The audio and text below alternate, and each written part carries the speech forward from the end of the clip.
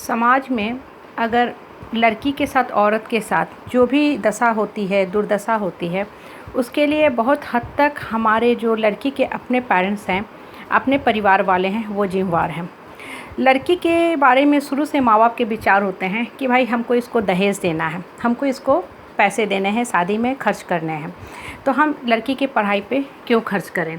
लड़की के पढ़ाई पे खर्च करने से फ़ायदा क्या होगा। तिलक तो हमको देना ही है, दहेज तो हमको देना ही है, दहेज में तो कोई कंसेशन मिलेगा नहीं। अब लड़की अपने पैर पे खड़ी नहीं हुई, अर्न नहीं कर रही है, दूसरे पे उस पर डिपेंडेंसी हो गई। बाप के पैसे पे अगर बेटा का हक होता है तो बेटी का भी उतना ही हक होता है। बाप बेचारा जीवन भर पैसा अर्न करता है, एक एक पैसा जोड़ता है कि हमको बेटी को देना है, लेकिन वो पैसा किसके हाथ जाता है। शादी में आप दहेज के रूप में लड़के के बाप को देते हो, लड़के वाले को देते हो, लड़के को देते हो।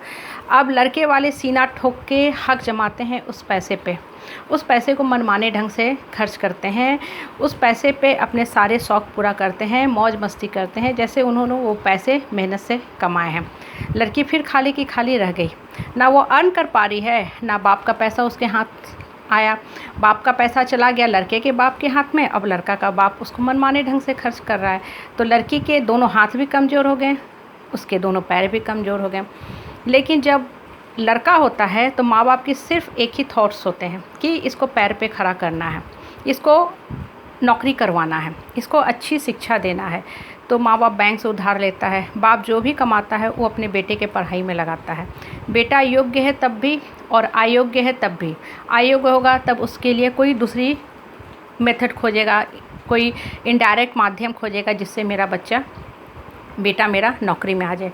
लड़का पैर पे खड़ा हुआ, बाप सीना ठोक के कहता है कि मेरा बेटा है, इतना योग्य है।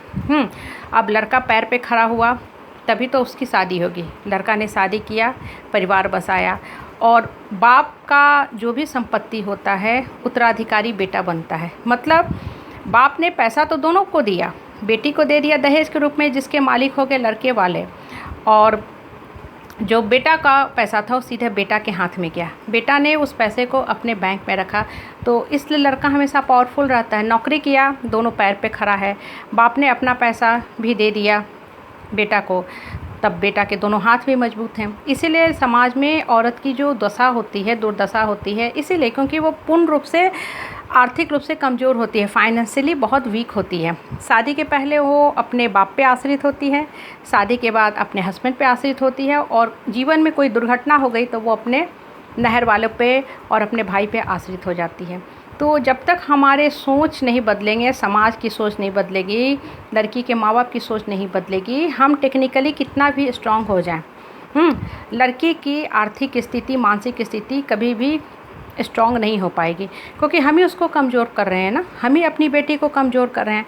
आज हम छुट्टियां मनाने के लिए दूसरे ग्रहों पे जाने की तैयारी कर रहे हैं, स्पेस में जाने की तैयारी कर रहे हैं, और क्या लड़की को अपने घर में हम स्थान दे पाते हैं? वो लड़की को हम वो स्थान नहीं दे पाते हैं। तो जब तक हमारी सोच नहीं बदलेगी कि हमें बेटा और बेटी को बिल्कुल एक ढंग से परवरिश करना है, एक ढंग से पालना है, तब तक जीवन की जो ये दशा है ना, जो डेली हम सोचते हैं, पेपर में सुनते हैं, डिफरेंट चैनल्स पे देखते हैं, जिससे मन हम घबरा जाता है, कुंठित हो जाता है। ये सब सोच के, ये सब सुन के, ये सब नहीं बदलने वाला। पहले हमें अपने सोच को बदलना होगा। जब हमारी सोच बदलेगी बेटी के प्रति, तब समाज अपने आप बदलने लगेगा। हम अपने आप को डिजिटली बहुत स्ट्रॉन्ग कर रहे हैं, लेकिन क्या मेंटली हम उस लायक सोच बेटी को दे रहे हैं? एक बार हमें सबको सोचना चाहिए। और जब तक लड़की की स्थिति मजबूत नहीं होगी समाज में ना, तब तक समाज का विकास हो ही नहीं सकता है। इसलिए हर माँ बाप का फ़र्ज़ है कि लड़की को एक अच्छी एजुकेशन दे के पहले उसको पैर पे खड़ा करें, और अपनी जो संपत्ति है वो बेटी के अकाउंट में सीधे डालें।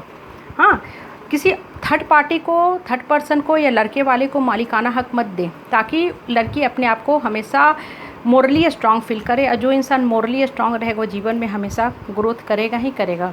वो लड़की अपने कर्म से अपनी पहचान बनाएगी, उसको दूसरे की पहचान की ज़रूरत ही नहीं पड़ेगी। जब इंसान के कर्म अच्छे होते हैं तो उसको पहचान अपने आप मिल जाती है। दूसरे की पहचान और दूसरे के बैसाखी का उसको पहचान दीजिए ही मत, उसको हमेशा स्ट्रांग बनाइए, उसको मानसिक रूप से स्ट्रांग बनाइए, इमोशनली स्ट्रांग बनाइए।